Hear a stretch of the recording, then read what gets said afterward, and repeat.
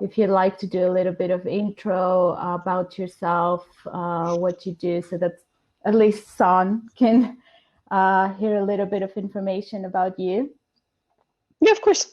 Hi, I'm Vera. I'm on the investment team of Safar Partners. We're a Boston-based VC firm. We mainly invest in university spin-outs, but we have made about 20% of our investments outside of that area. Technology-wise, we invest in basically everything. We have 3 investment buckets. First one is clean tech advanced materials. Second one is medical devices and healthcare, and then the third one is AI, IT, robotics. And me looking through the pitch decks of the pitches today, it looked like the majority of them would fall into that AI, IT, robotics space. Personally, I'm a PhD chemist, which I don't use at all anymore. But yeah. But during my PhD, I was always playing with the idea of spinning out my own startup based on the research I did during my PhD. In the process of preparing for that, learned that venture capital is a thing and was fascinated by the concept. So I worked briefly in a purely therapeutics focused venture firm halfway through my PhD, and then joined Safar Partners. Well, I joined full-time right after I graduated, but I technically joined part-time 6 months before I did, so that was a fun 6 months of my life. And yeah, I have been there ever since. We're now completely virtual. We don't have an office anymore. Our people are in Boston, Massachusetts, New York City, Rochester, New York, in Los Angeles, California, and on the British Virgin Islands. So, are you virtual because of COVID, or was that even before COVID? A little bit of both. So we always had people in different cities. So a lot of our internal communication was always on the phone, email, and virtual. But yeah, we did have an HQ and an actual office in Boston, right by MIT. But yeah, we got rid of that due to COVID. And we technically put in a pause for 6 months, but right now our thinking is that we will not go back in the foreseeable future. Yeah, a lot of companies are actually thinking about that lately. Hello, Jennifer. Hello, George. Would you like to introduce yourselves? Hi. Yes. Hi, everybody. Jennifer Webb from Capital X. Yep. Hi, everyone. Would you like to say a little bit about yourself, what you do? Absolutely. Hi, everyone. I'm George Radford, principal at Expa. Joined Expa past summer to help expand to Europe. So we're a US-based fund, just about to close $200 million based seed fund, founded by Garrett Kemp, the co-founder of Uber. We invest anywhere from 500K to 2 million, and love partnering at the earliest stage. So excited to meet the pitches. Great. And Jennifer, would you also like to do a little bit of an intro? Yeah, absolutely. So I'm an investment partner with Capital X. Capital X actually assists startups in raising money, anything from $500,000 to 30 million. I joined them earlier this year, and also looking forward to seeing the great startups. Great. That's great. So as I said to Vera in the beginning, during the pitches, you guys will have to turn your microphones and cameras off. And then when it's time for feedback, you can turn them back on and ask any questions you have or give any feedback you have to the startups. We will try to keep it within the 5 minutes time that we have the feedback as well. So when I pop back on, try to wrap up, and then obviously you can all continue the conversation with the startups via email or anything like that. So it's almost 6. I'm going to put San from Revix on, which is our first startup to pitch. AI, 5G, esports, biotech, quantum computing, electric vehicles, blockchain, artificial meat, e-commerce, ride sharing, the list goes on. These are all themes that are going to change the world in some way, shape, or form. So good day, everyone. My name is Sean Sanders, and I'm the founder of Revix. We're a team of 8 fintech, software development, and product design experts. So what do we do? Well, we're a platform that enables everyday people to invest in emerging themes, sectors, and asset classes in an effortless way. And our customers really love using what we've built. And what we've built is one beautifully designed, modern, and easy-to-use platform. To date, we've raised £1.4 million in our early seed round and are backed by 2 listed companies, a Nasdaq payments firm and a Johannesburg Stock Exchange specialty investment group. We launched in April of 2019 in South Africa, and as our small test market, we've seen since established an average cost per acquisition that is lower than our annual revenue per user. And we've grown to have nearly 6,500 registered customers across 7 countries. And we've achieved what we have without a big marketing budget or a mobile app, which is undoubtedly a game-changing offering that will be launched early next year. So we found the product market fit that we were after, and now we plan to scale in the UK and EU. Now, our mission at Revix is to empower our customers to become their own wealth managers. And we do this by firstly making it easy to access theme-based and alternative investment products. And secondly, we automate and reward smart investing through our platform's unique tools. Now, cryptocurrencies have been our first investable category. Good timing, right? We offer Bitcoin, a regulated gold tokenized commodity called Paxos Gold, and 3 ready-made crypto bundles that are like the S&P 500 for crypto and offer passive diversified exposure to this novel asset class. Now in 2021, our crypto products will be joined by other exciting investment categories. The first is alternatives. So by partnering with industry leaders for each respective asset class, we'll provide everyday individuals with the areas that were previously only available to financially savvy or wealthy investors. Our second upcoming category is our themes. So if you ever wanted to invest in any of those themes or sectors that I mentioned at the start of the presentation and didn't know how, well, we want to be the partner to assist you. Now, as I mentioned, we offer automated investment tools that can put investing on autopilot. I don't have time to get into all 4 tools, so I'll tell you about my favorite, triggers. So here a customer can create a personalized trigger that when activated automatically transfers funds from their bank account and invests. As an example, if a customer sets up a goal to walk 8,000 steps a day, they can then set a trigger where if they complete these steps, an amount of say £10 is automatically transferred from their bank account and invested, and they receive an award for accomplishing this. And on that point, another key feature is our gamified rewards program, where customers are awarded for performing specific actions such as diversifying a portfolio, achieving an investment goal, or inviting friends to join our platform. Now, we know we're competing in a crowded space, but what differentiates us is that we're targeting younger first-time investors with themes that match their lifestyles, interests, and beliefs. Secondly, there's too many investment options out there. So we're one of the few platforms that removes the choice overload that investors face and offer a single investment product for each theme, sector, and asset class, making investing easy.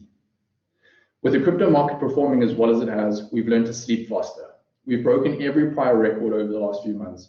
In fact, our assets under management have doubled over the last 30 days, and we expect to more than 500% increase our growth this quarter relative to the last.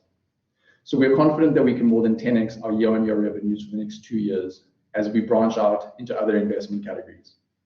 We're looking to raise £1 million in the late seed round for a Series A at a far higher valuation at the end of next year.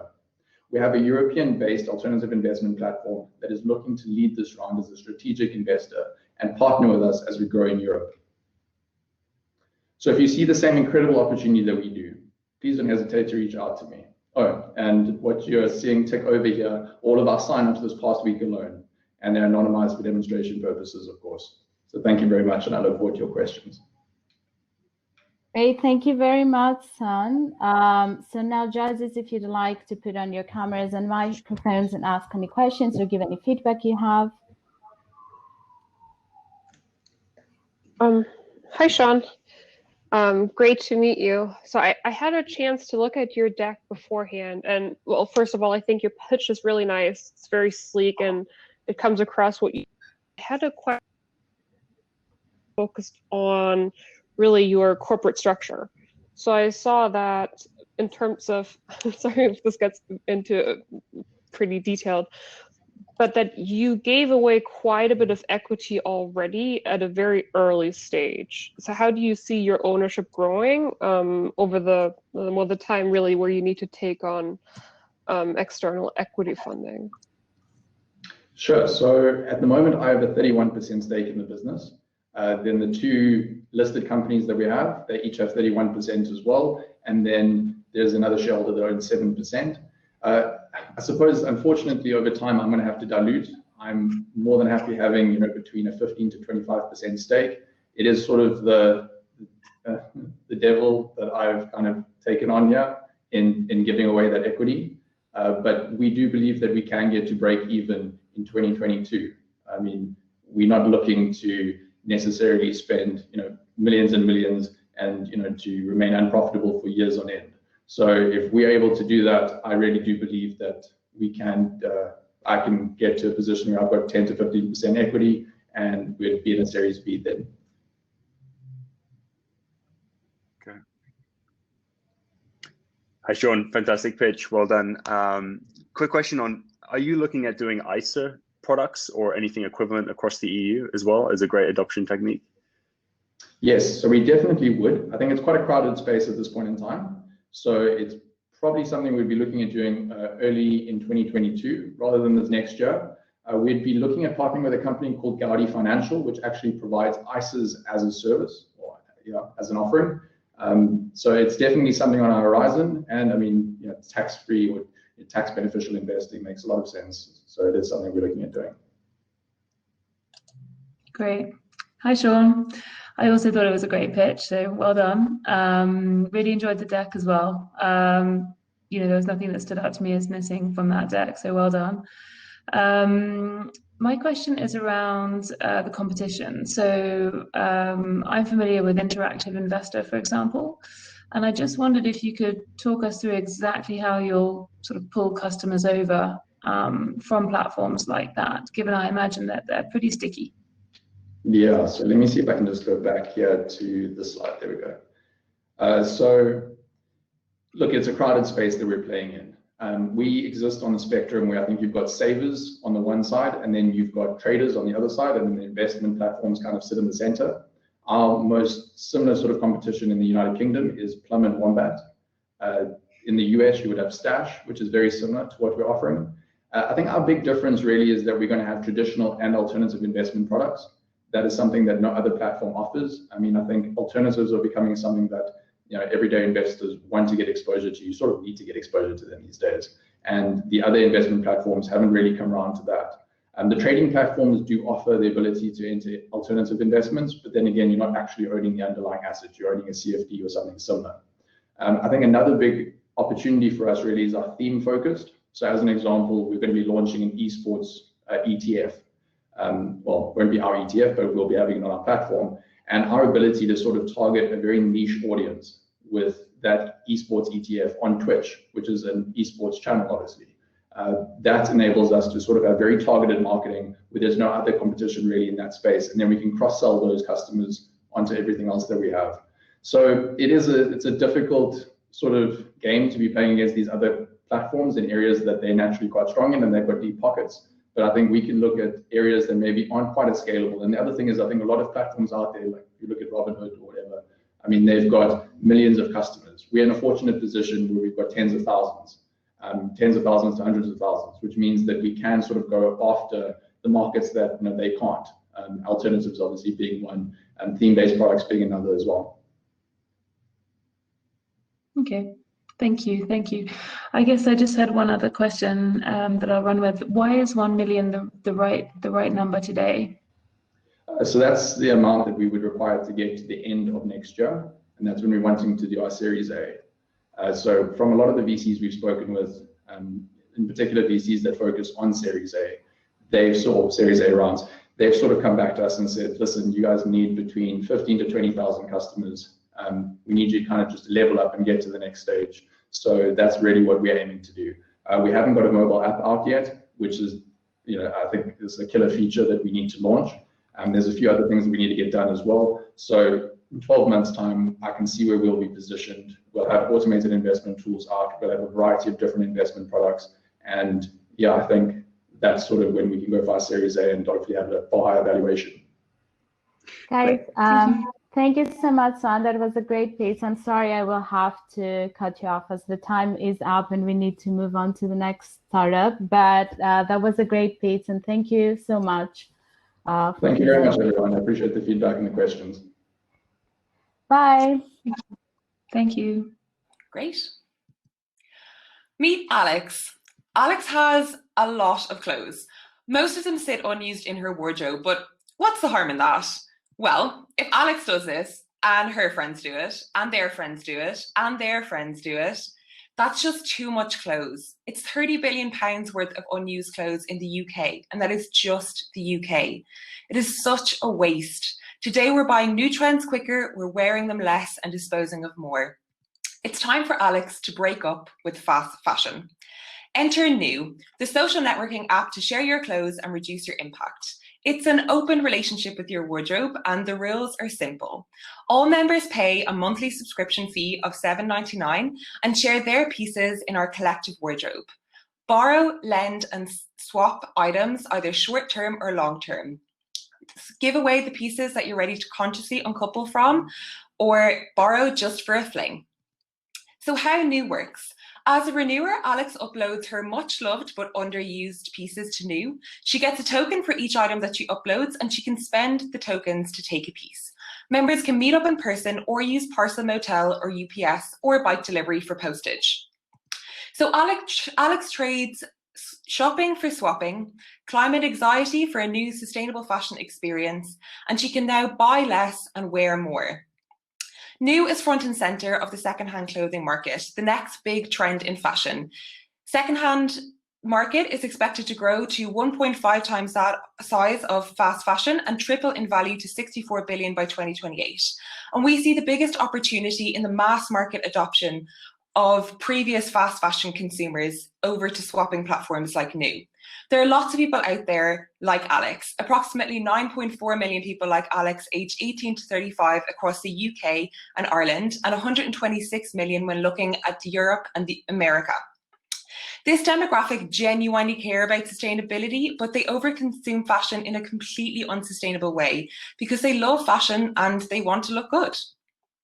New is unique in the market because we focus purely on sharing and swapping rather than rental, which has a high price point of £30 to £200 per rental, or resale, where members need to pay per piece.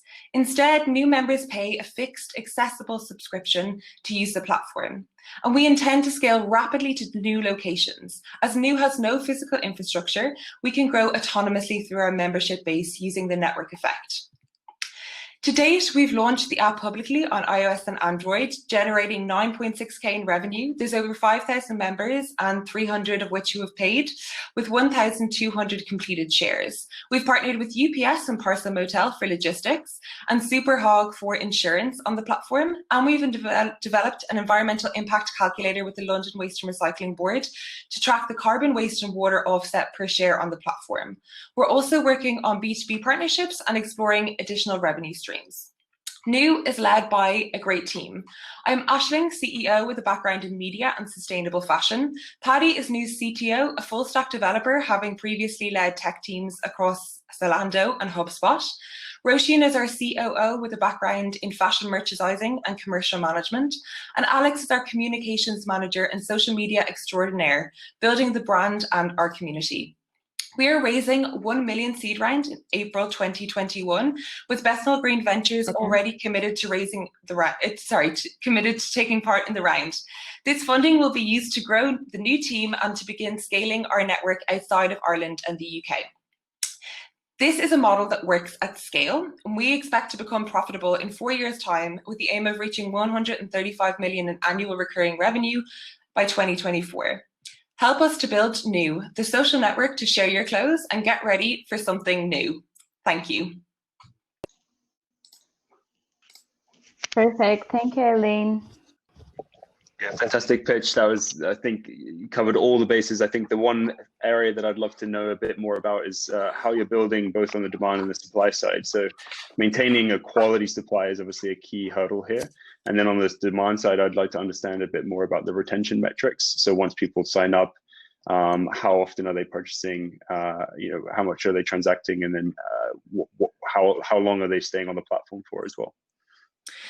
Yeah, so in terms of supply versus demand, we actually started as a borrowing platform pre-COVID, and then during COVID we implemented a swapping feature because this allowed people to share items that were more casual and more relevant really during the new normal. And this actually worked really well for us in terms of supply and demand, because for each item that you are able to take, you need to upload something to get a token to be able to take that item. So to actually initially supply the platform, we teamed up with charity shops that had closed during COVID. We got the best supply from their stores through a partnership, and then we uploaded a base level of supply. This gave, I guess, a real attractive platform for people to want to take pieces off. And that got us our initial swaps uploaded to the platform, which was our biggest pivot, and we've actually started growing now, even through the second lockdowns that have come out. We also have an approval process on the platform. So each item that gets uploaded goes through an approval process before it's set live. We're looking at standardizing this into more of an algorithm and using AI so that they'll become tiers of trusted memberships, so that it will become easier for us to scan through items rather than it's a manual process. We actually like to sit on the admin panel and let them all through right now. But it's given us a very good understanding of what can and can't go up. And also the standard of the community has really been built by those who are using the platform. So we set the standard and the community follow, and then they build it more autonomously themselves. Has that answered all of your question? Yeah, and a piece of feedback there would be you could use a computer vision API to get metadata on the items uploaded, and then you'd get inventory and then easy search for customers on when they're looking at the portfolio. And then also interesting, I guess, interesting that you offer the delivery mechanisms as well, like UPS, bike delivery for postage, etc. So it's agnostic to your location. Like you don't have to be nearby the individual. That's the more scalable element. Exactly. And UPS own Parcel Motel, and this is a locker drop system in Ireland, but they also have access points across the UK, also in Europe and North America. So we're doing bespoke features with them. So members will actually be able to post items to other members, and that gets taken from their account on the other side. So they won't actually have to do any payments on the platform. We've been doing that all manually at the minute, but we're working with them as our partners to actually make it a seamless process for new. So you'll actually only ever pay your membership fee on the platform, and there's no other transactions to borrow or swap the pieces after you've become a member. So really excited about that, and that's something that I think UPS and Parcel Motel are really excited to scale out with us as well. Gotcha. I'll let Alice ask questions.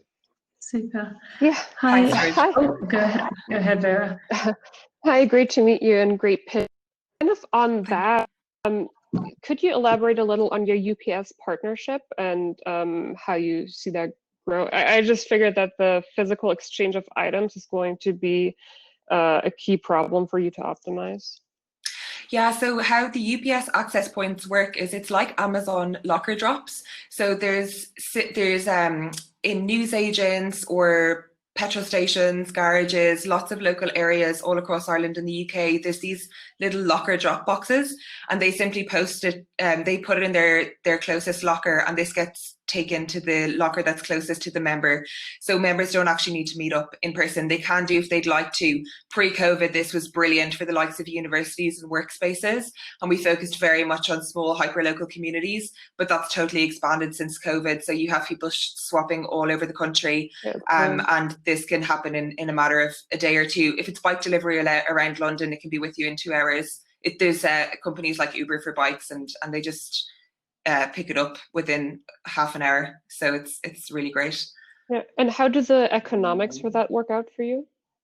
So the members on the platform cover that cost, but we will look at a group rate going forward. So we actually hope to include this in the membership when the volume is significant enough, and that's something that both UPS and Parcel Motel would hope to build in with our community.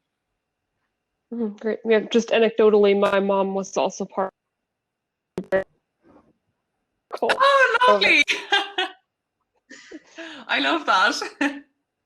I don't think we've got time for a question, but so just a point. I don't know if you know Olio.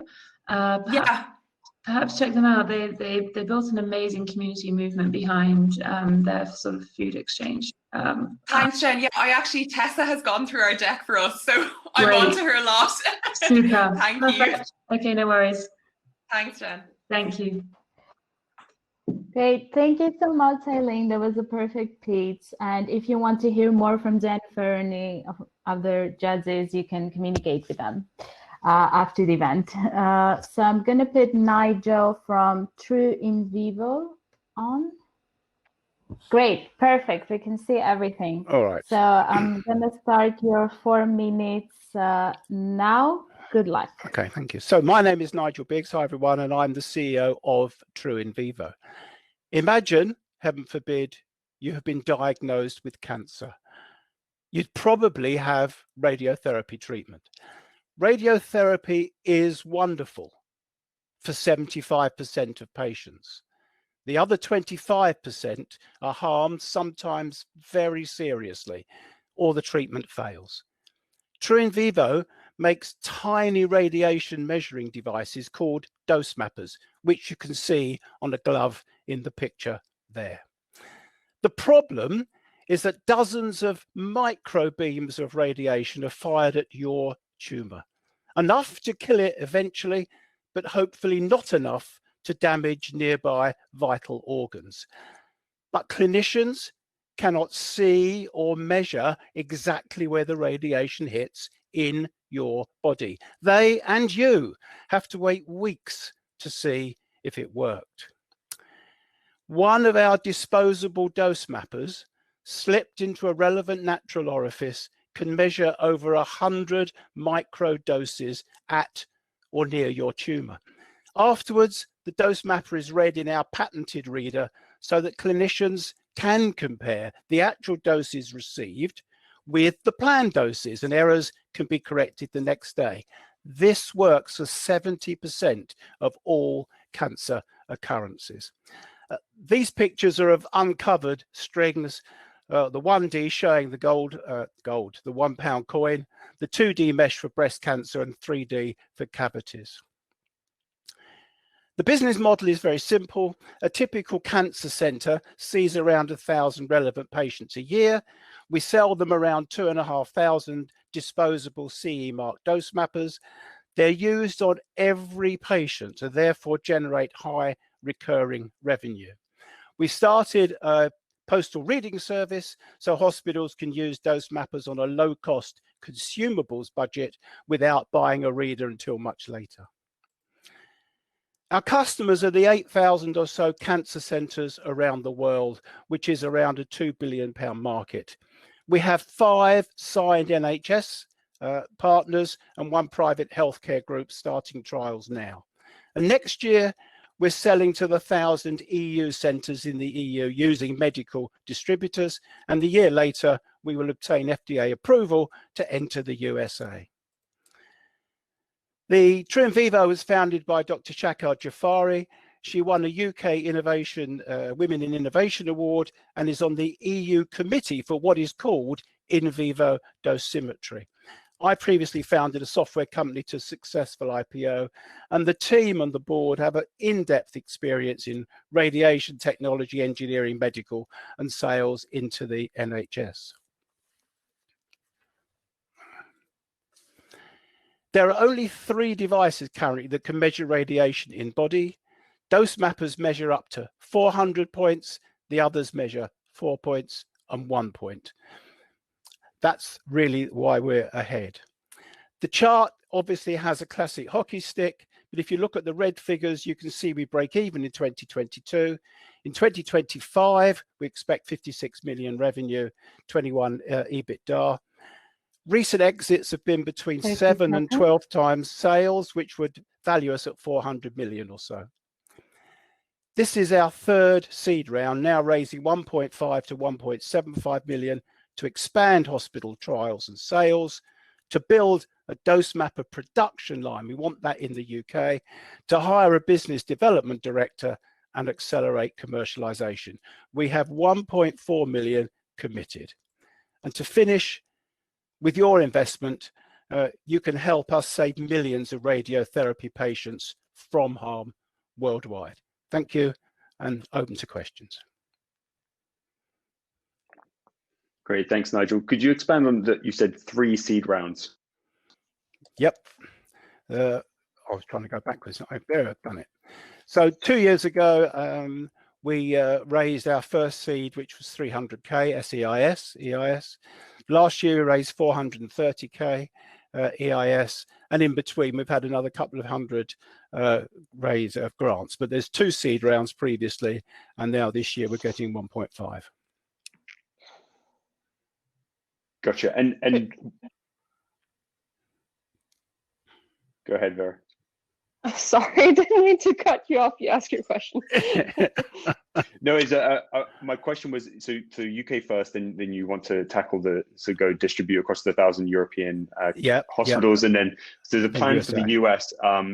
What is needed to make that happen, and what are you looking for from an investor to make that happen?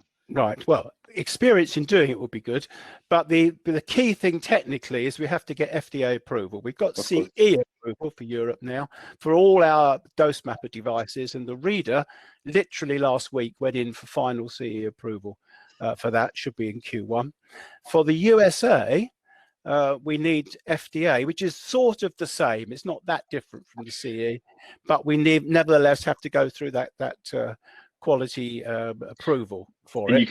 You could get on the accelerated path due to it being. And we can go 510k and accelerated path, exactly. So we do have a sort of a beachhead already in the Massachusetts General Hospital, which will help us as well there.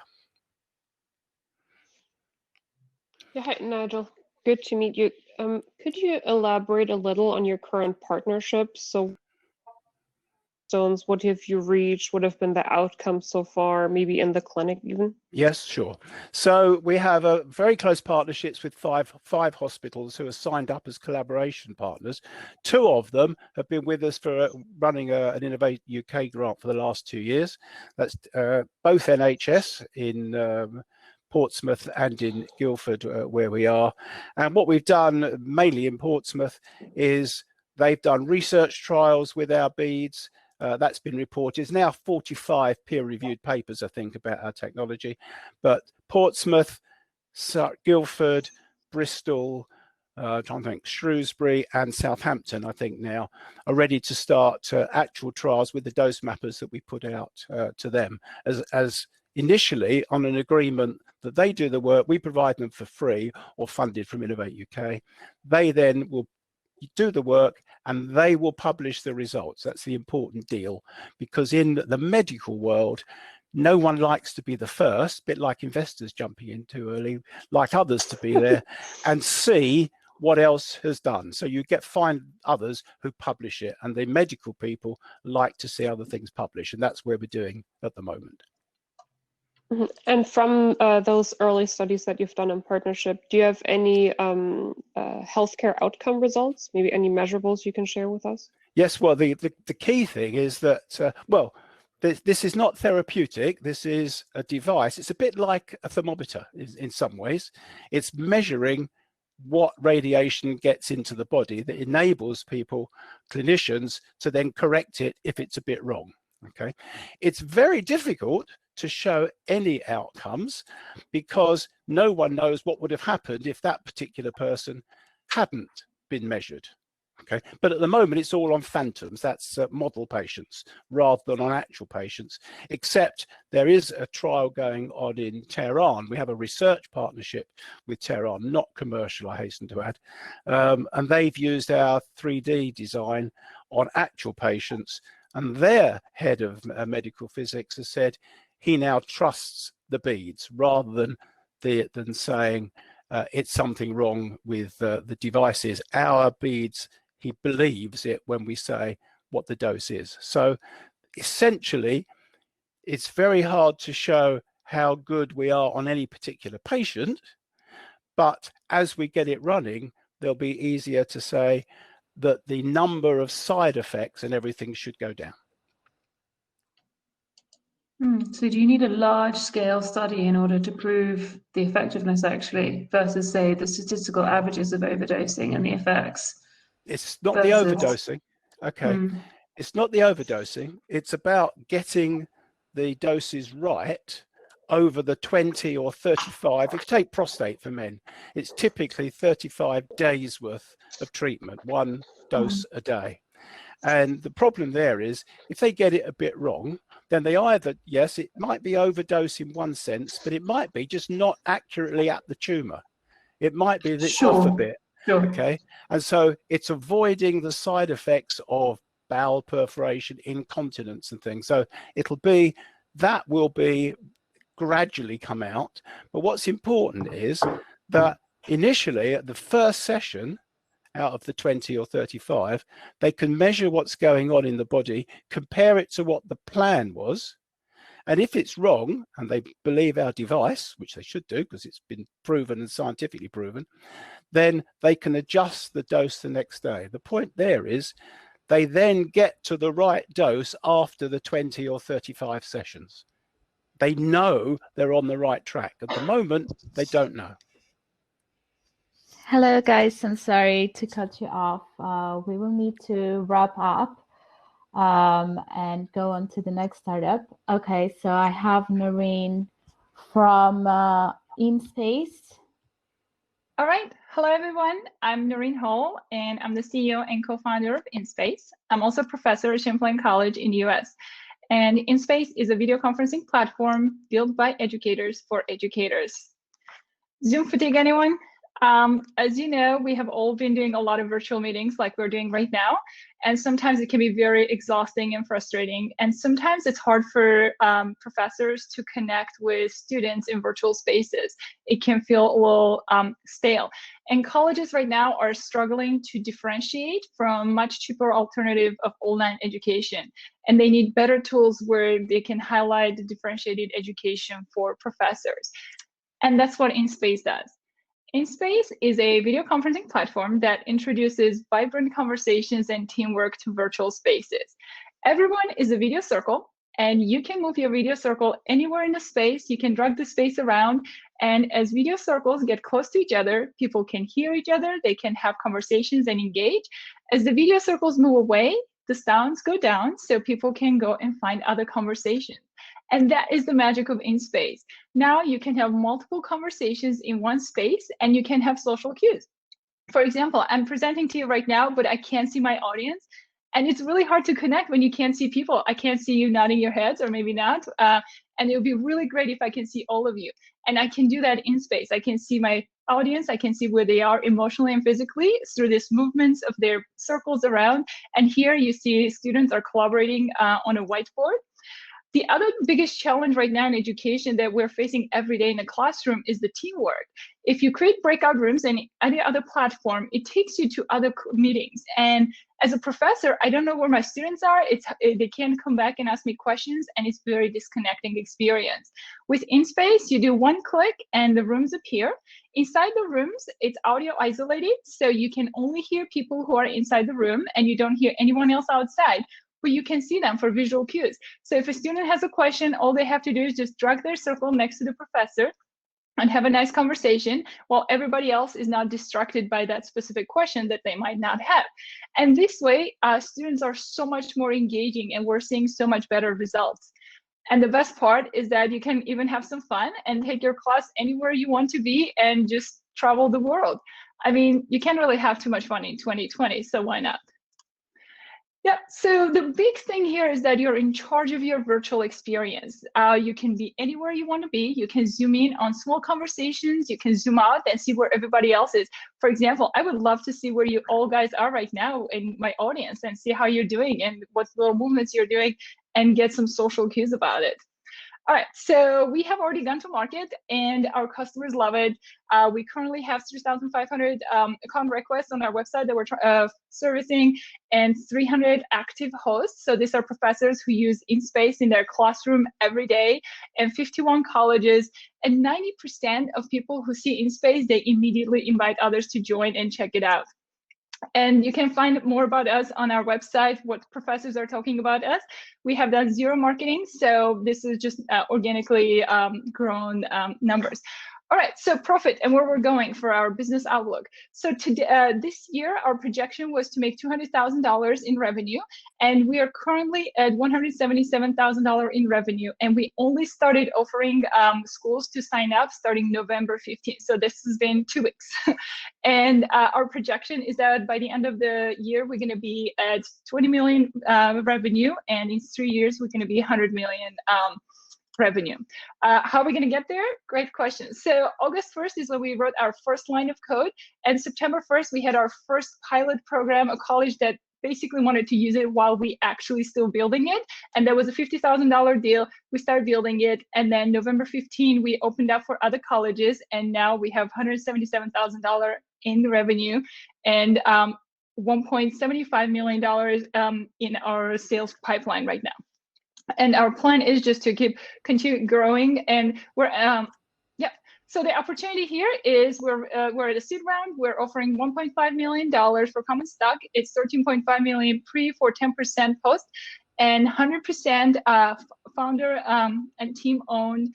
And most of our resources are going to go on our engineering team, and we're currently gross positive. However, in the first 6 months of the next year, we're anticipating to go to be low and then hit profitability after 6 months. Now, good news, you all have the opportunity to go to our website at inspace.chat and sign up for a free trial account that we made available just today for this event, so everyone has a chance to go and check it out, because why not have a great experience?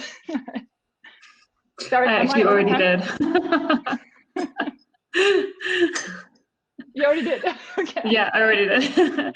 I'm not sure how long the free trial lasts, but I'm interested to try it. I just wrapped up an MBA that turned into an online MBA, so I can see the immediate draw and attraction of this, and I'm impressed at how quickly you've pulled it together. Maybe a good place to start would be more about on the traction that you've experienced to date. Did you say 35 customers so far in a pipeline of 1 million? Yeah, so we have 6 colleges that signed up, and we only allowed them since November 15 to be able to sign up. And then we have others who are using sort of smaller level department levels, and that's like 177K in revenue as of today. The other thing is that we also have other professors who reached out to us, and we gave them free trial accounts, and they have been loving it. They're helping us to develop with us, so they come up with great features, and then we immediately put it there. We actually started naming them after professors who came up with them, so it was like a little bit of culture going on. Yeah. Great. Okay. Thank you. I love pitch. it. Great to meet you, Noreen, and fantastic pitch. And I was nodding along with you, even though my video was off, just letting you know. So my question is around growing and scaling. So, I mean, the traction that you have is super exciting. I was wondering, if you're projecting 20 million of revenue towards the end of next year, how are you going to build that team? How are you going to do that while also being a professor? Just how do you see leadership, team management, all of that? Excellent question. So, as a professor, I actually automated a lot of my grading and work previously. So that's kind of how I've done. And I have course releases, which is great. It's kind of really amazing network. But we have a team of 20 people right now, and 85% of us write code. And we just hired our head of sales because we literally couldn't get back to people and saying, here's your accounts. So the plan is to continue grow, which is why we have this fundraising round. Even though we're cash positive, we want to grow to be able to accommodate that growth. So we need people in customer success and sales to be able to grow organically. Going to be a long-time, full-time CEO? Yes. It's been really fun, and I have launched other startups previously, so I really love the entrepreneurship. I've always been advising as a data scientist. I advised a lot of startups, so I've sort of always been in that cross section of academia and industry. It's a really fun place to be. Yeah. Do we have one time for one more question, Maria? Yeah, quickly. Yeah. It'd be great, Noreen. I loved the pitch. It'd be great to hear sort of the longer term vision around where this product goes. Does it go beyond education? What other feature sets are you thinking about bringing in? Are you looking at distributing it via, the Zoom platform, or are you looking to be the platform yourself? It'd be good to understand the evolution there. Yeah, absolutely. So we sort of became this really nice place where like there's a gap between Zoom long meetings, like large meetings, and then personal connections and feeling like you're part of the conversation and you can connect with your professor and they know you personally. So we don't really feel like we need to complement. We're more like a complement than a replacement. And the other thing is that we have a lot of people reached out to us from events industry, and they just saw the our website and the video, and they reached out to us. And yesterday, actually, one group, events coordination, they signed up for a 50K deal. We were like, we're not going to support you. We're focusing on education right now, and they said we're going to run with it. So yeah, we're basically looking for other places where we're going to use this, but we're trying to stay focused on this vertical, but also exploring others. Thank you. Yeah, thank you, everyone. All right. Nice meeting you all. Great idea. Thank you. Bye. Okay, I have Charlotte from Vesta. Wonderful. Well, good evening, everybody. My name is Charlotte Melia, and I'm the CEO and founder at Vesta, changing the way children engage online for good. So to give you some background on myself, I am a seasoned entrepreneur. I started my first company, Dazzle & Fizz, back in 2013, and I bootstrapped that business from under £50 investment to £1 million turnover per annum business with a consistent 40% gross profit margin per annum as well. And in a nutshell, Dazzle & Fizz is the UK leader in ultra high net worth events that specialise in a luxury and immersive feel. So I've loved Dazzle & Fizz. It's the business I've cut my teeth on. I've learned to be a good operator. I've learned to make a profitable business. But what COVID has given us the opportunity to do is to take the magic of Dazzle & Fizz and apply that to a far more scalable and exciting model, which is Vesta. So to be clear, the opportunity today is twofold. We're offering both the group opportunity in Dazzle & Fizz and Vesta if you wish to de-risk against an existing profitable business, or we can offer Vesta as a standalone. If you do go in the group opportunity, we're essentially offering a seed level raise, but with Series A experience, management, and also market position. So why go from live events to online events? Well, the simple answer is we want to reach a bigger market and we want to make a global impact. Now, COVID gave us the opportunity to look at our children, and any parents out there, you will have seen how much more your child was using their device. Unfortunately, what's available at the moment is very much passive screen time, that which is consumed in a sedentary fashion. And it's that passive screen time that's associated with all of the negative aspects of screen time, such as obesity, poor child mental health, and a reduction in education and learning. By contrast, Vesta offers active screen time via our B2B2C SaaS platform. All of the content is physically active. It's interactive with both the facilitator and the student peers. And every single video has an educational undertone. It's now been scientifically proven that content online delivered in a kinesthetic fashion, content which encourages the user to move as they enjoy the content, has the same learning objectives as a live classroom environment.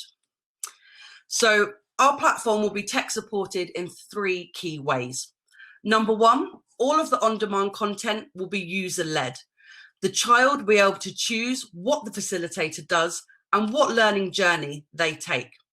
This helps increases a child's holistic education and well-being by giving them ownership over their learning journey. Secondly, and my favorite part of this, is our micro classroom technology. So unlike social media, which encourages users to go wide, our tech encourages users to go deep.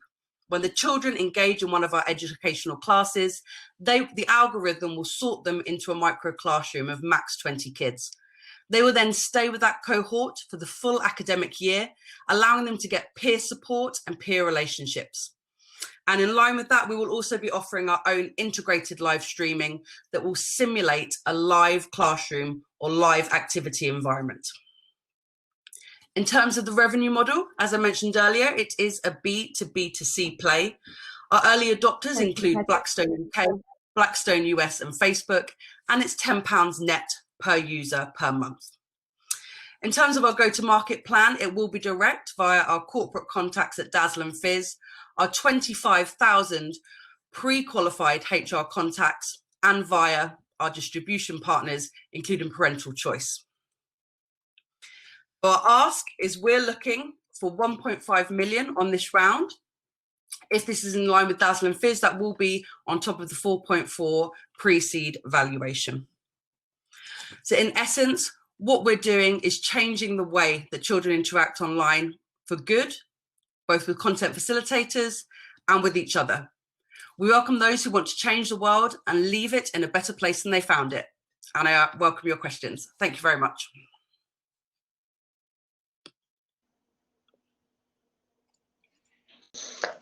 Hi, Charlotte. Great to meet you. Hey. So I love your story, and you're so engaging in person. So the first comment I'm making is just in your pitch deck, which didn't have a lot of your personal story and the Dazzle and Fizz. We learned about our customers. We have these corporate contracts. We're now taking it online, and we're offering to corporates. So that, I think that story is so compelling, and it's very difficult to put on paper. I realize, but just in your when you talk, and I can give you a longer pitch deck as well after this. We've got a read version. I had on corporates that online. Can you describe you present the value?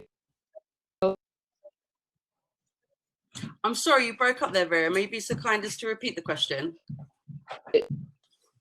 Present your value proposition to your corporate customers. When you're pitching to corporates, how do you present it? Sure. So this is very much a HR benefit. We go direct to the HR director, and this is a support for remote working parents. So there was a study in the UK this year which showed that 25% of remote working parents during COVID have displayed similar symptoms to those with PTSD. Yeah, I believe it. And yeah, for sure. I think I'm one of them.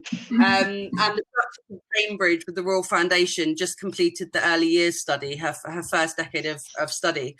And that showed that although 90% of people in the UK agree that parental mental health and well-being is crucial to optimum child development, only 10% of working parents admit to giving themselves any time or space to do so. So that's one of the reasons we've adopted a B2B2C platform, is that we think the leadership really needs to come from businesses and come from the top. Yeah, I think it's a good marketplace. Great. I like it. Great. Just a follow-up question. I echo Vera's comments on the deck a little bit. I was a little bit confused about Dazzle and Fizz at the beginning. Now worked it out. That's great.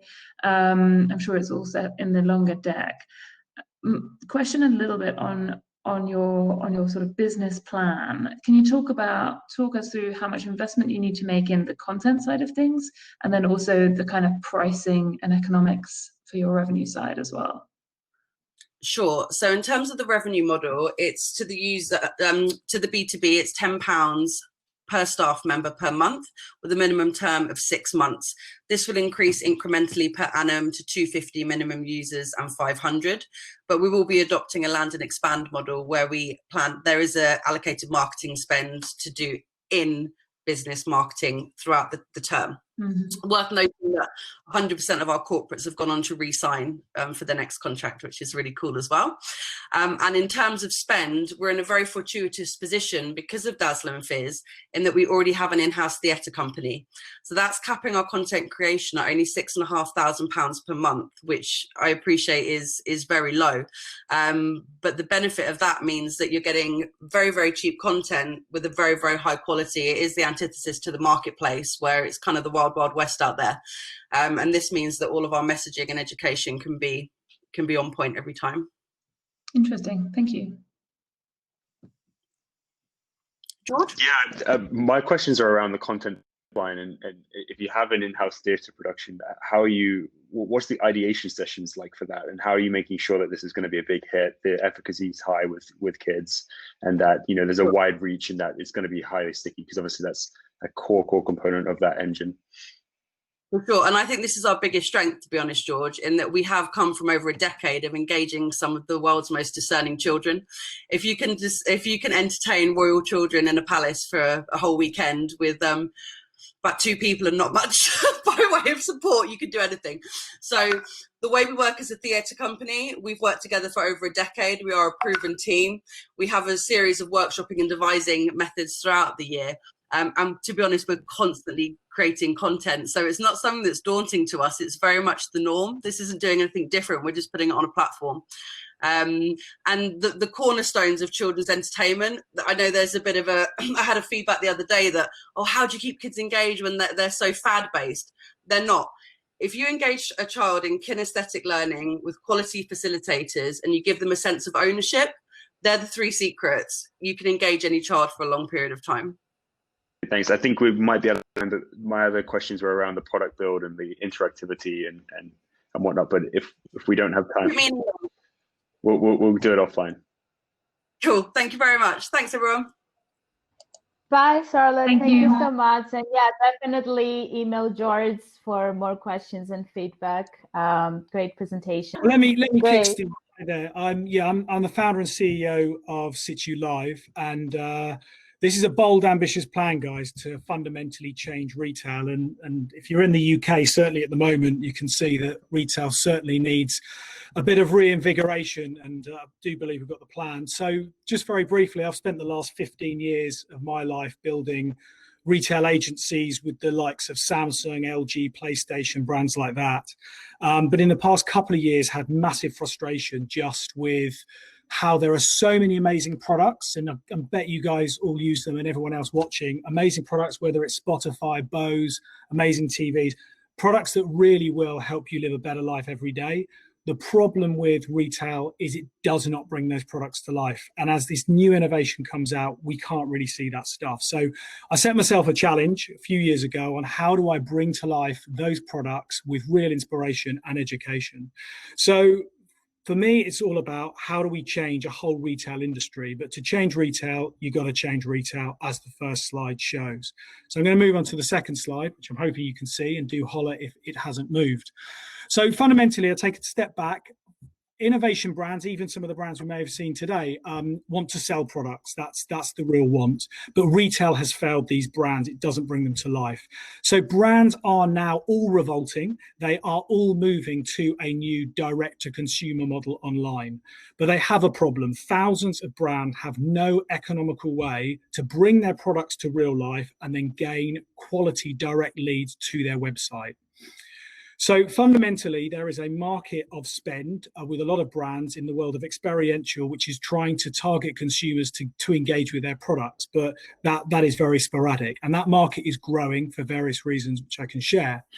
So we've created as a solution an immersive physical and digital platform that really enables brands to economically bring products to market. And let me just explain what that is. The Situ Live platform consists of permanent locations in key shopping centres over the UK. And obviously since COVID, we start to capitalise on really, really low rents. Within those permanent physical locations, we create experiential theatres. Now, if you can picture this, imagine a cooking theatre with Bosch ovens that is not just about ovens, it's about cooking real food that you can taste and you can try, and you can put the egg that we've just cooked on a piece of toast in the KitchenAid toaster. So it really, really brings it to life in the different categories that will help your life. We also have live content, so stories happening all the time that you can witness and experience, and that is also streamed online. And then finally, we have in-venue tech that allows you to connect with those products and then buy directly from the manufacturer, and then the manufacturer deals with the transaction, etc. So it really is around engagement and experience. In terms of why brands will buy, this is a cost-effective option for brands at the moment. It also is a multi-brand environment. Some brands are opening up their own store, but it's a one single brand store. But that's not how we live our life. So multi-brand is really key, and brands know that. It also gives brands direct relationship and full margin sales, so the economics really work. At the moment, within the last 6 weeks, we've secured 20% of the revenue for Venue 1 in £1.2 million worth of orders in contracts with brands like Maserati, a large car in the window, Bosch, Kitchen, as I've mentioned, Facebook, etc. In terms of the economics per location, each location that we set up is 5 million in revenue, 40% in gross margin, and there are 3 flexible subscription plans depending on the type of brands that we have. Our plan is to grow to 30 locations over 5 years, generating revenues of 112 million and 30 million EBITDA. So just to finish my last 2 slides, we've got a first mover advantage because no one is doing this anyway, and we know we can become the most valuable brand in experiential retail. And in the past 18 months, I built a really solid industry leading team at senior level to drive this forward at pace. So if I'm to wrap up, what we've achieved so far, we spent a lot of time and energies over the past few years on research, getting to know the customers and knowing the customers. And from my 15 years background, we know them well, building our brand, leadership development, and purchasing some IP and some unique technology for the venue. So we're looking for 2.5 million investment to launch Venue 1, to further the technology development, to focus on brand development, and to support cash flow. So that is it. Let me just come out of that.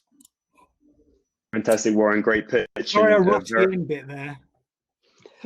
No, good, and very, very bold vision. I love it. It's similar to what we've seen in fashion around show fields in the US and several others around up here for taking this to the electronics. It's brilliant, and I think, but interesting around the full margin sales for brands. Like, have you considered sort of gaining? It's much more scalable model if you're able to gain a percentage of the sales as well that are happening throughout your footprints.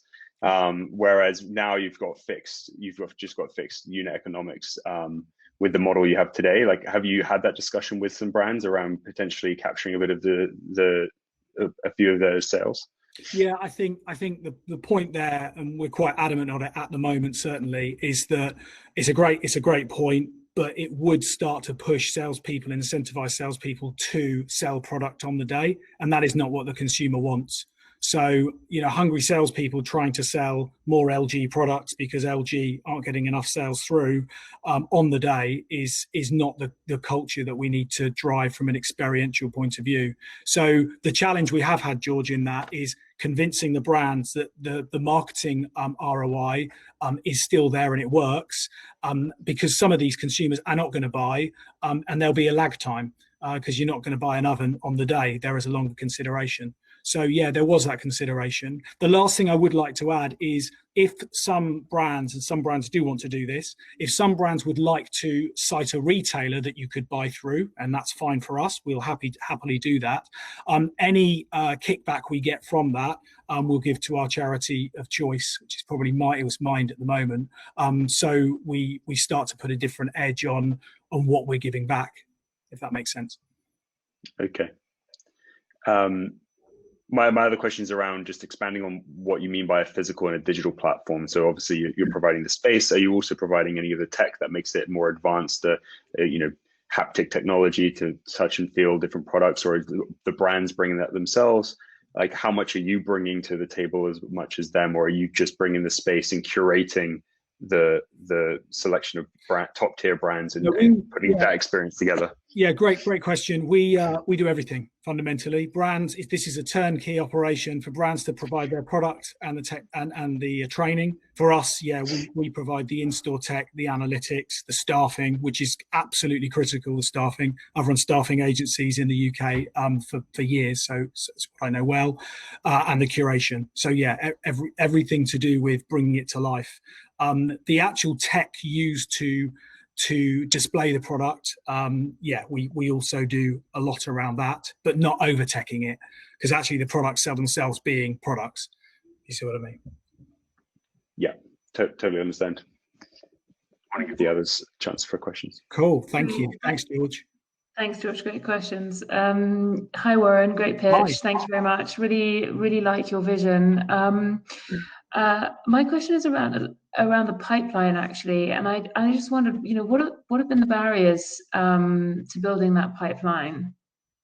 Well, I'd be foolish not to say COVID. Clearly, I know it's a bloody obvious one. Sorry, but yeah, we launched our sales focus in February, so it wasn't probably the best time.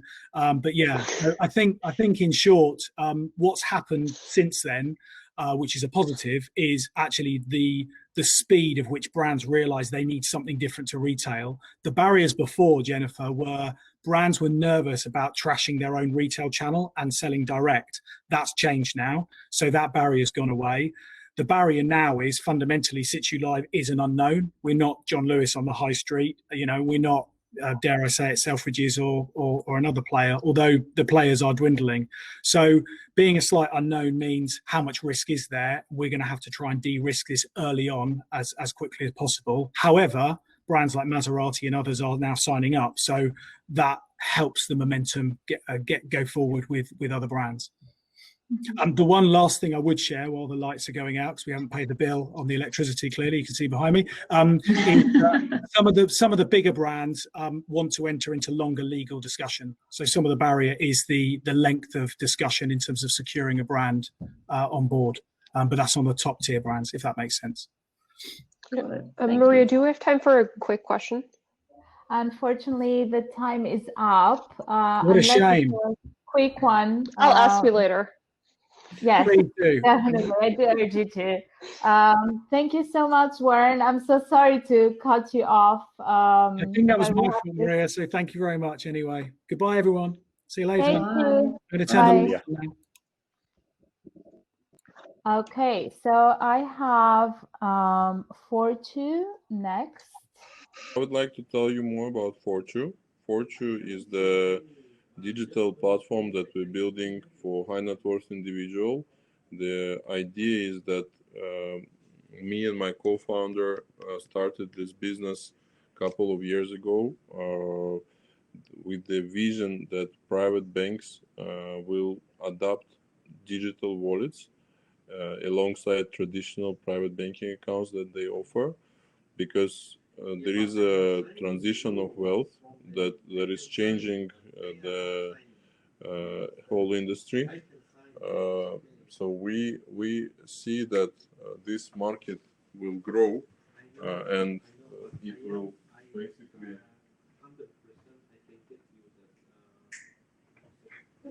Sorry, there was some noise. Now you don't have it.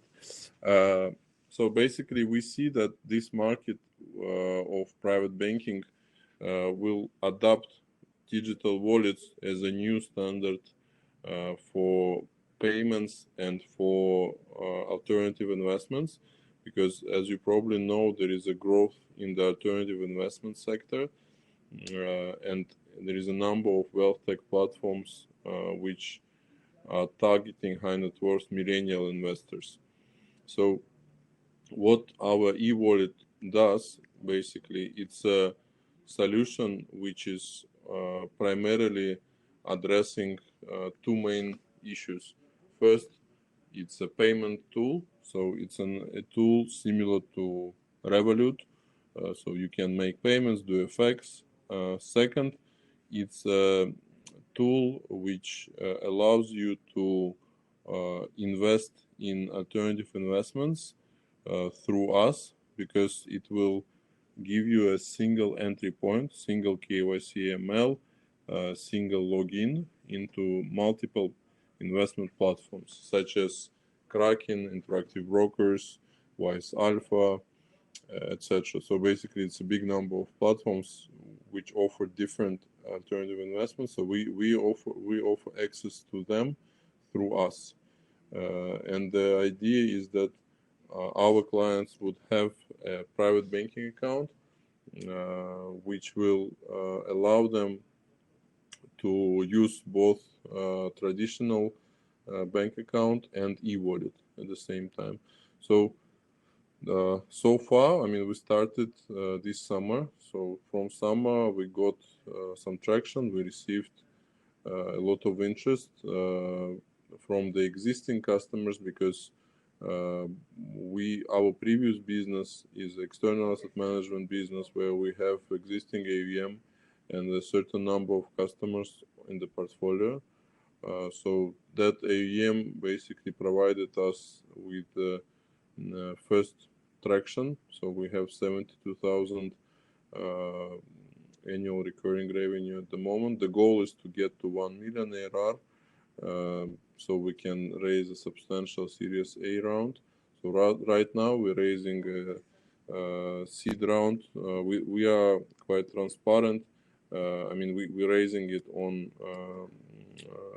seeders. So we're actually holding a webcast tomorrow on seeders for all the investors, so anyone would be able to ask questions. I mean, they're asking already questions on the chat there, on the forum. Okay. And but I mean, we embrace transparency because we want to challenge traditional private banking space, which is not about transparency. So that's why we're trying to push it forward. This is the roadmap. I mean, I on purpose didn't go on slide by slide because I'm more of a believer. I think you had a chance to review the deck, so it doesn't make sense for me to just explain the deck. But overall, I mean, that's who we are. On the SaaS B2B offering, we have a client as well. It's a pilot client. It's a Swiss private banking group.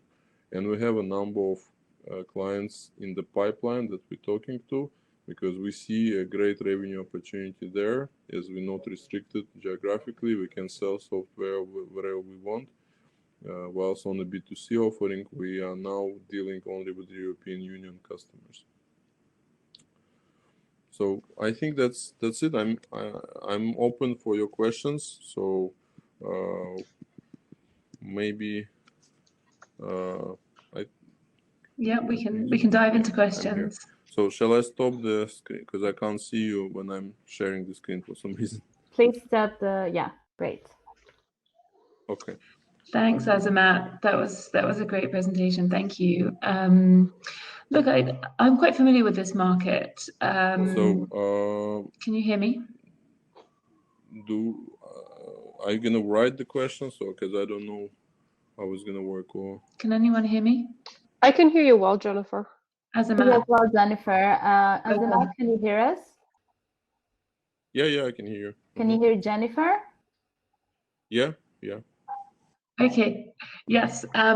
Look, I'm quite familiar with this market, and my experience seems to have been that the banks are building their own technology in this space, and actually a lot of the private banks have compelling technology propositions already. So I'm wondering, my sort of starting question here is, Jennifer? Yeah. Yes. Everyone else can hear me, I think. I cannot hear. I can hear you. Can you hear me? Why don't someone else? I hear you. Okay. Jennifer, should I ask his question? So Jennifer's asking because in her experience, this is so weird. It's strange. She has a lot of experience with private banks. They're building a lot of technology like that in-house, and I think that is her first thought of competitor. So sure. So it's a little bit weird that you have to interpret, right? That's fine. So regarding in-house, we know that, and we actually, I mean, because working as external asset managers for the last 5 years, we've been dealing with a number of private banks, and we know how they do it. And even the bank that we are onboarding now as pilot customer, they've been developing their own tech for a while. The problem always lays in the approach, because they don't have kind of startup approach. They have very corporate approach in deploying software. It takes them very long time.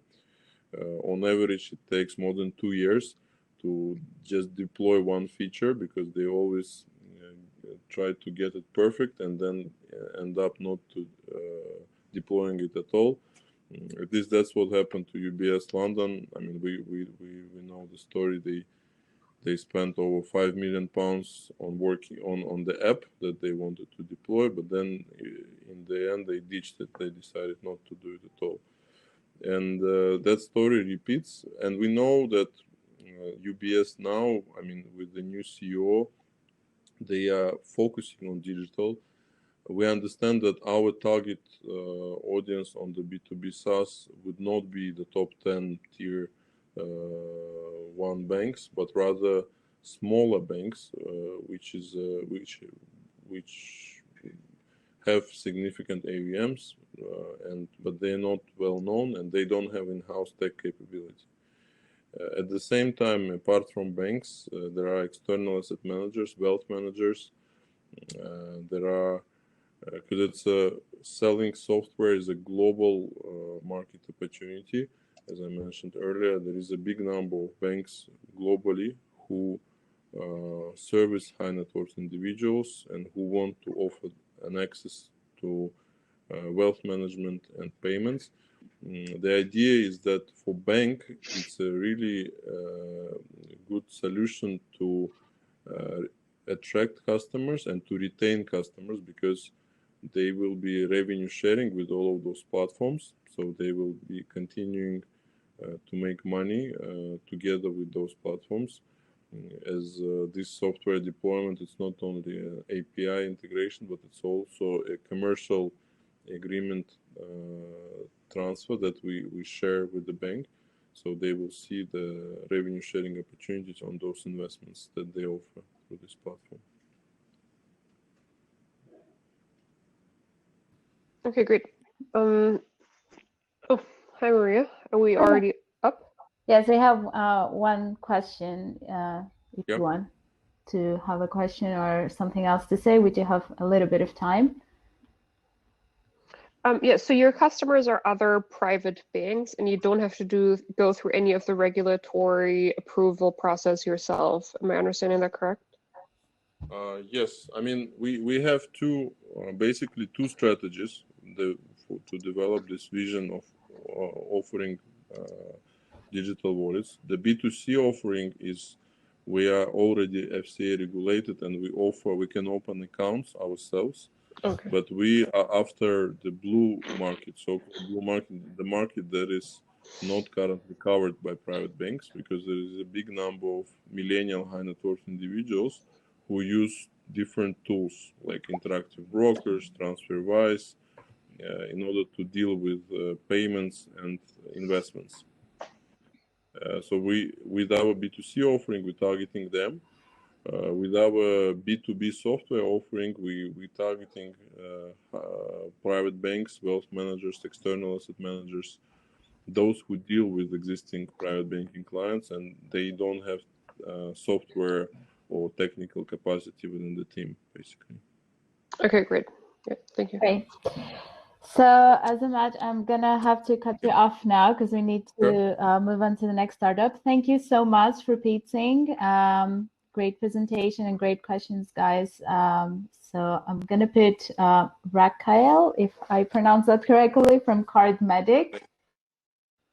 At CardMedic, we're on a mission to make communication in healthcare more accessible and become a movement for change. A pregnant young woman, profoundly deaf since birth, arrives in hospital in labour. A Polish gentleman who speaks no English has a nasty car accident requiring emergency surgery. An elderly blind lady with a suspected stroke is rushed to A&E. What do all these patients have in common? They all have trouble communicating with healthcare staff. And these patients are my patients, and not a shift goes by where I don't struggle to communicate with at least one patient. There's a huge gap in service provision, compromising patient safety, experience and quality of care, and exacerbating health inequalities. Inability to understand healthcare information increases morbidity, mortality, and mental health issues, and reduces medication compliance, further burdening healthcare systems. What if there was a technology to bridge this gap? There is, CardMedic. I'm Dr. Rachel Grimaldi, co-founder and CEO and NHS anaesthetist. CardMedic is a website and app designed to improve communication between frontline healthcare staff and patients, no matter the barrier, whether that's visual, hearing, or cognitive impairment, a language barrier, or PPE. It's an A-to-Z collection of digital flashcards that replicate clinical conversations around common healthcare topics. It's multilingual, has read aloud functionality, an integrated translation tool, and is available in easy read English and sign language. We focused our revenue stream on a cost-effective license subscription model selling to healthcare settings in the UK and US initially, before expanding into different verticals and countries. At our core is an aim to make a positive social impact and reduce health inequalities. As such, we'd like to subsidise CardMedic's use for low middle income countries, refugee camps and humanitarian crises. We offer 2 licensed subscription models, CardMedic Health and Health Plus. Health has all the functionalities mentioned and is available in 10 languages, and Health Plus is in 30 languages with custom user profiles, humanized read aloud, and the ability to add your own content and integrate into electronic health records. From concept to launch in 72 hours, we've had over 45,000 users in 120 countries and over 16,000 app downloads since April 1st. We're Innovate UK funded, have had national and international press coverage, have been on 2 accelerator programmes in Oxford, been endorsed by NICE, Orca, NHS Digital and the Royal College of Speech and Language Therapists, have been recruited by the Department for International Trade for inclusion in their digital health export offer, received patient safety approval from 2 national bodies in the UK and US, as well as the National Patient Safety Award and a UK Prime Minister's Award. It's been a really busy few months. The scale of the problem is significant. Nearly 20% of the UK and 30% of the US populations have additional communication needs. The estimated cost of staff inefficiencies searching for translators and prolonged length of stay secondary to miscommunication is £680 million in the UK and US alone, and there's an estimated £25 billion gap in service provision which will never be filled.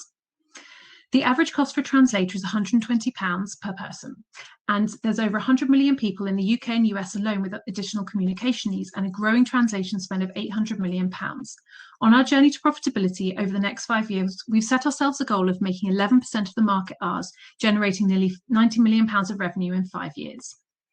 There's huge scope to expand into other verticals, and we're already in discussion with the UK Ministry of Defence regarding this. Market awareness and raising the barrier to entry are key to our marketing strategy. CardMedic is unique. Nothing else combines instantly available medical content written by clinical experts, able to flexibly meet any communication need at the bedside and integrate into electronic health records, all for a low fixed price structure. We have an experienced board and team at CardMedic with backgrounds in medicine, business, AI, finance, health tech IT, patient safety, World Health Organization, overseas strategic development, and verticals including pharmaceuticals, thank you, military and search and rescue. Our financial projections over the next 5 years are based on selling to healthcare settings in the UK and US. We're selling 23 licenses next year, growing exponentially to over 2,500 in 5 years. A lot of that will be based on partnership selling, and we're already working closely with Allscripts and Cerner on this. Since launching in April, we developed a unique network of high-profile support and funding worth over £275,000, and are now looking for £800,000 for 18 months financing to accelerate the development of our platform and expand into key markets. Thank you very much for your time. Stop sharing. Hi, Rachel. Sharing. Hi, sorry, I've stopped sharing. Can you see? We can hear you. I can see and hear you. Good to meet you.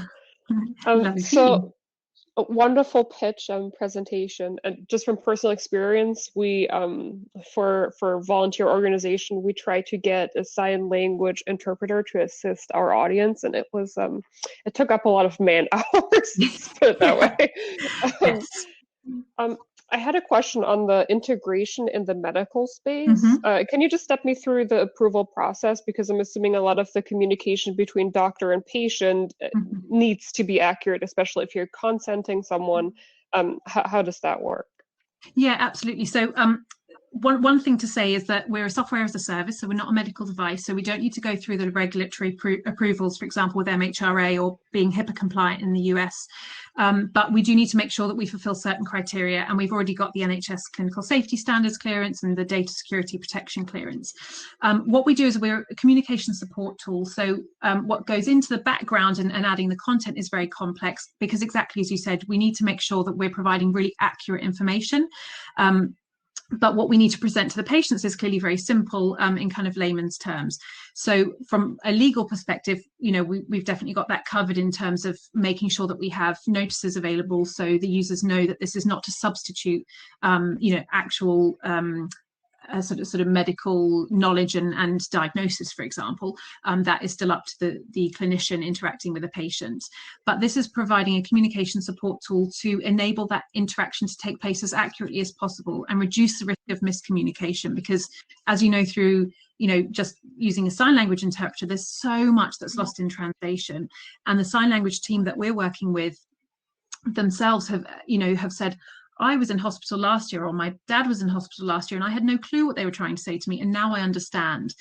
So what we do is we make sure that we're working with really skilled signers who are used to working in medical spaces, that we're crowdsourcing content from clinicians and that they're experts in their fields, and we've got a clinical governance structure around that to make sure that the information we're providing is really accurate, and we're constantly integrating users' feedback as well to make sure that we are staying right on top of what everyone needs. Does that help answer that question a bit? Yeah, great, thank you. Do you have a question, Jennifer? Can I jump in? Go ahead, George, go ahead. Yeah, so how wide can you cover? Like, where in the product development cycle, like, do you have to, on the back end, actually develop the medical translation for every different type of communication type per case? And how difficult is it to develop that? And is there a pipeline that you've got to develop, or is that necessarily, it's more automated? Do you mean from the adding the content side or the actual language translation side? So more the content side. So from the content side, what we need to do is it's manual, I suppose, if you like, in terms of we're crowdsourcing content from clinical experts on the front line. So my background's anesthetics and critical care, and I've been doing it for over a decade. So from that side of the content, that's really easily and readily kind of available. Whilst the information that's supplied on the website looks simple, actually what goes into it is really complex, because it's not something that's going to be easily generated by a computer, for example, because you have to balance up as you're typing up that information. You have to imagine yourself in the scenario of talking to the patient and weighing up, if I had a patient with these comorbidities, were on this medication, in this scenario, I need to make sure that I provide them with the most accurate information, kind of balance risk and benefit. So there's very much a human kind of intelligence involved in that can't necessarily be automated at this point. Having said that, we are working with an AI agency and looking at, for the integrated translation tool side of things, using natural language processing and machine learning to build out that integrated translation tool to enable more two-way communication that will definitely help kind of build up more of an automated side, and also help users to kind of flag up what cards would you like to use next, have you thought about using these cards, etc. Gotcha. So it helps medical professionals figure out what the best way. Sorry, I'm going to get cut off, so I'll... Yeah, you can finish this time. And I want to give Jennifer a chance to ask. This question is fairly simple. Is this once you get a license with hospitals and you've got thousands of users on that platform, is it something that they will always pay for in case they need to use it? Therefore, you are a must-have permanently, even if it's not used for, say... Yes. Yeah, absolutely. So we work on a license subscription model. So it's an annual recurring revenue from that perspective. Yeah, but what we're doing is... Yeah, exactly. So what we're doing is we are integrating into trust or hospital protocols. We've set up entities in the US and UK, and we've got connections in healthcare spaces. And when we become part of a hospital protocol, or we can be in primary care, ambulances, pre-hospital care, pharmacies, etc. We're integrated into their translation protocol, for example. So step 1, use CardMedic. Step 2, if necessary, involve a translator, etc. But yes, we are, and we're reaching those gaps in service provision that are always missed. So so we kind of become indispensable, hopefully. Yeah, not a usage-based model. Makes sense. Yes, correct. Yes, yeah. Great. Maria, I don't think I've got time for a question, so should I just make a comment? Yes, if you could give some feedback. Rachel, this is one to take away. I'm really interested in the pricing that you've selected. So the 23 licenses corresponding to, what is it, 0.7 million revenue. I'd be really interested to include a little bit more maybe on that in the deck, or effectively how are you pricing that, and are you underpricing it, because it seems like a very valuable product. So that would be my worry, and that's for you to sort of take away. Yes, yeah, that's definitely something I can talk lots about offline if you're interested as well. Super, great. I'm pleased. Good. Yeah. Thank you. All right. Rachel, you also have a question in the chat from Robin Rowland Hill. He's asking, what is the exit for investors in this round? We don't have time, unfortunately, to discuss it here, but you guys can take it to the direct messages. Thank you. I'm connected on LinkedIn. So yeah. Yes, great. So thank you so much, Rachel. Great idea. Okay, lovely to meet you. Bye. See ya. So our last speaker is Anoop. I'm going to put him through now. Hello, I'm Anoop. I'm the CEO of Byknd, and the problem that we're looking to solve is that this is what volunteering looks like today. In a world where you can sign up to an app in 3 clicks, to volunteer, you still have to fill out a form that looks a lot like this. And I don't know about you, I ain't got time for that. But even if you get past that hurdle, here's an extract from a real application form. We're very flexible with respect to the days and times volunteers wish to work. However, expect a minimum commitment of 10 hours per month for a period of at least 6 months. It's no wonder that people don't engage in volunteering as much as they might want to. It's therefore not easy for non-profits and individuals to find the volunteer support that they need, which shows by recruitment being the #1 challenge for the last 5 years. So what's the solution? It's us, a subscription marketplace matching non-profits and people in need of support with hyper-local volunteers like Uber for volunteering. You tell us what you need, we'll match you with a volunteer, and the 2 sides connect and coordinate. And the value proposition for both sides is firstly convenience. We onboard everyone super quickly using biometric authentication and ID verification, so we don't compromise on trust and safety, but we get you through to the business of giving and receiving acts of kindness really quickly. And when you give and receive acts of kindness, it's like drinking a shot of oxytocin, serotonin, and dopamine. And pretty often, you'll want to tell your friends, and you want to come back and do it again. For volunteers, there's also employment benefits. It looks good on your CV, but it also gives you real life skills in terms of working with other people, and most importantly, empathy. We've calculated our global volunteer market size at 25 billion. On the demand side, we're agnostic about who can benefit from Byknd, so we're boldly targeting the world. Market validation on the supply side, £45 is the average amount donated monthly by UK volunteers, and on the demand side, £13 to £61 per hour is what people are willing to pay for services like TaskRabbit. Our business model is much cheaper at £3.99 a month, and if we get 2.1 million monthly subscriptions, that gets us to 100 million in annual revenue. So the ask is for 500k, which we'll spend on marketing, operations, and product, which we've calculated to give 1.8 million in revenue by the end of year 1. Our unique insight is firstly, Coca-Cola market the benefits of a fizzy drink that's bad for you really well at $2.99. Or My Doggy markets the benefits of dog walking really well at $12.99 for dog walkers and $44.99 for dog owners. If you can bottle the mental health benefits of volunteering and package it really well, we think people will be willing to pay to access it. And that's linked with our second unique insight, which is our business model. Asking beneficiaries to pay $3.99 a month, we take shame out of the equation, which is often the biggest reason people don't ask for help. They don't want to be seen to be asking for help. Our competitive advantage is that this market doesn't exist. In the same way that online taxis didn't exist before Uber and peer-to-peer rental didn't exist before Airbnb came along and blitzscaled. Our biggest competitive advantage is our brand. People love our name and logo, and we want to build on this with the right investment. Not seeing major players in the space. We know there's WhatsApp groups, but you're limited by the number of people you can help. Similarly for volunteer groups, the Good Sam app was meant to address that, but it was inconvenient. The other startups we're seeing in the space are more akin to recruitment agencies, or they're limited by target size, and that's why we think we can dominate. And we're the team to do it. I'm an ex-international finance lawyer, which gave me really good execution skills. And I'm also solving a personal problem I had when I was trying to volunteer as a lawyer. I've also done this before with Pete, who's a genius coder. He's been at Deutsche Bank, had his own startup, and he's worked with me. And finally, our North Star is 50 million acts of kindness on Byknd by 2025. If we focus on this above all else, we know everything else will fall into into place. But with the right investment, we can get there quicker. Thank you.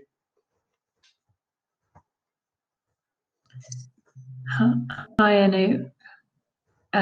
Great pitch. Great pitch. I really like that. I really like that. Just a quick reflection. I think I've come across like a previous iteration of not of your idea, by the way, not of this exactly, but of Neighbourly. And I wondered whether or not you knew them. They were trying to address this problem, but were working mainly through sort of supermarkets and brands. Yes, so just a reflection, but I really liked how you pitched that. It was great. Thank you. So I haven't come across Neighbourly in particular, but surprisingly, I have come across quite a few different startups doing something similar. But when I've looked at them, there's always something that they don't do that's quite the same as us. So we kind of do end-to-end. So we onboard all our volunteers like with using biometric authentication, ID verification, but we also provide like a personal connective experience, like a WhatsApp-style chat function, profiles, and that kind of thing. And then we've also got impact metrics. So, and a secure payment solution. I'm describing all the features, but there are disparities with what I've seen as what we do, which is basically targeted at anyone with other kind of similar startups. Not sure if that differentiates from Neighbourly, but it does. It does a great deal. Yeah, thank you. Thank you. And got a few questions. So as a for-profit helping the non-for-profit sector, have you thought about whether you want to do a rev share with the organizations that you're supporting? And then also I was just thinking about whether there's a quicker way to justify this gap between, people don't pay today, they're looking for volunteers that they're not going to pay, and they don't really have a high willingness to pay for those volunteers to go and find those volunteers, et cetera, et cetera.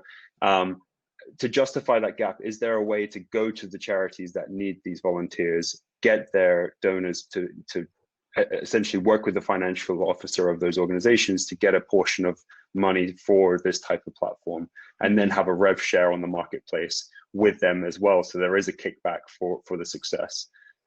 I'm just concerned that at scale, you being a for-profit monetizing significantly off these volunteers would be, you'd get some kickback on the brand. Yeah, no, absolutely. So I think you've touched on a big point, which is monetizing a volunteering app is inherently sensitive in terms of, the end effect on the brand. And that's why we are super open to working with charities and organizations. I hadn't specifically thought about the rev share, so that's a great point that's come out of this for me and want to take away. We are working on things like subsidies, pay for people that genuinely can't pay, and things like that. So, and yeah, whilst we're a for-profit social enterprise, that entails us having to donate 51% at least of our profits back into growing Byknd so we can help more people. Having said all that, your point about rev share is definitely something one for me to take away and think about, because I think it's a really good one. Yeah, my question would have been a very similar one to George's, mainly that from the volunteering perspective, they're offering their time, and then you're also asking them to subscribe for to pay a very small amount. I get that. I was wondering if you have run into any issues with that on the volunteering side. Yeah, no, again, great question. And yeah, one I've thought about a lot in terms of how to have a defensible monetization strategy. And the feedback we've got from our volunteers that have been early adopters is return for like a smorgasbord of different volunteering opportunities, taking out the onboarding process for them. It's something that they're willing to pay for, but provided that the benefits are communicated well. So I think that's the gap that hasn't been done well so far, is by volunteering. And, I'm sure you guys have done it and I've done it. When you do it, you get a wash of all these kind of, feelings of oxytocin, serotonin, that kind of thing. But there's also the employment benefit angle. And then finally, at $3.99 a month, if we can show that that's being used to grow Byknd to help more people, it'll hit a set. It might not be for everyone. I think. Yeah, or even. Oh, sorry. Go ahead. Sorry, very quickly. Another angle is a corporate angle, similar to mental health charities like Sankis, where they could pay for the lead generation of their employees coming to the platform as a social good. Hope essentially that goes to the charity itself, but then their employees can actually use the service. Yeah, so I've actually been talking to my old law firm, A&O, and other organisations with that angle. And there's definitely a market for that. A lot of corporates struggle to get their employees engaging in volunteering. And if there's a platform that can solve that problem, the talks that I've had already indicate that it's definitely something that a lot of corporates would be willing to sign up to. It's something that we're exploring at the moment. Brilliant. Yeah, or I was almost thinking about having the subscription fee be more of a donation. So you say it's a larger amount. You say, oh, I'm going to give $10 a month. 4 of those are going to go to Byknd directly to support operations, and then $6 I'm going to say are going to X volunteering organization. So if you brand it like that versus a pure subscription to the service. But sorry, in an effort to be timely with feedback, I also love the product, and I love the fact that if you can chat with people and sign in when you get there via your app, so you're tracking sort of the data analytics of people volunteering. All of those usability features would be huge. I think that it's a fantastic idea on that front. Yeah, I totally agree with all of your comments, by the way, guys. I think they're great. I wonder whether or not, do you need to actually have a price at the moment? I mean, could you make it free and just drive the adoption for a little bit?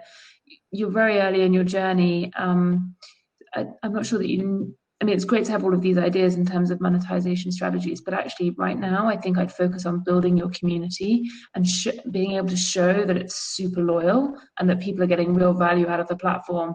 And later, maybe thinking, okay, maybe I can onboard these people into a price, like a paying platform. So yeah, final thoughts. So that's actually what we're currently doing. So I put the business model in there because that's kind of the $1 million question everyone asks, is how do you monetize the platform? But in terms of our go-to-market, it's definitely along that side. We're trying to build a product that people love. Being upfront that, at some point we will be implementing a pricing strategy, but for now we're just totally focused on community. And I guess to Vera's point about the pricing model, again, that's an awesome point that I hadn't thought about before, but because we are a startup, I'm super flexible in terms of how we adopt that price monetization strategy. The main thing for me is that it's optimal, whether that's £3.99, rev share, or a donation type thing. It's something we can definitely A/B test. Yeah, I just think something that you have to think about yourself is, of the money that you bring in, what is the intent of that investor? So if you go for VC money, then the end result has to be an exit and a financial gain, because that's the business and the industry. Whereas if you take money from elsewhere, their end result might not be a monetary one, but maybe an impact one, and that gives you a lot more flexibility in terms of monetization and just building the business that's not purely for profit. But just like when you look at different sources of capital for this round, keep that in mind, because different investors have different end goals that they need you to reach. Yeah, exactly. Yeah, I think I'm sorry, we'll have to wrap up. This is the last one though, Maria, can't we? Okay, nice. The other startup. But if you have a last question or any feedback, please. Well, yeah, I just wanted to say, I think this is the second time I mentioned it actually this evening, and I think it's interesting that it's popping up a few times. But Olio, for example, is a food sharing app. They deliberately didn't they made the app free for a long time, and they were very upfront with investors that yes, okay, they think they'll be able to monetize it, but not right now, not at the seed, not at the Series A, etc., etc. So I think, you know, you can go into those conversations with conviction as long as people do believe in the end that it is monetizable. So, you know, and so I think Vera is absolutely right. In your mind, you need to be clear about where you're going and what you want, and you need to be clear on that with investors, and obviously it does dictate a little bit about fit, but it doesn't mean I don't think that VC's out of the picture for you, because as you pointed out, it's a very big space and one where there's not such great competition, or that's at least how it seems to me from first glance from your pitch. So yes, just to wrap that thought up, check out Olio, and feel free to message afterwards or be in touch. And for distribution, go to some of the platforms like every.org, or even with Founders Pledge, they could get you contact with all the major charities around the world, and then you just get single point distribution on that side of the equation. Good. Yeah. Perfect. Thank you so much for feedback, guys. Thanks, Anoop. Thank you, Anoop. That was Thank great. you. Bye. Bye. Okay, so sorry, that Maria. was it. I'm sorry for being the bad guy. I'm really judged. Yeah, I mean, I understand. I felt really bad every time I had to interrupt and everything, but you know, it wouldn't be fair for the other startups and everyone. Sorry. Yeah, I know how it is. Moderator is sometimes an unkind job.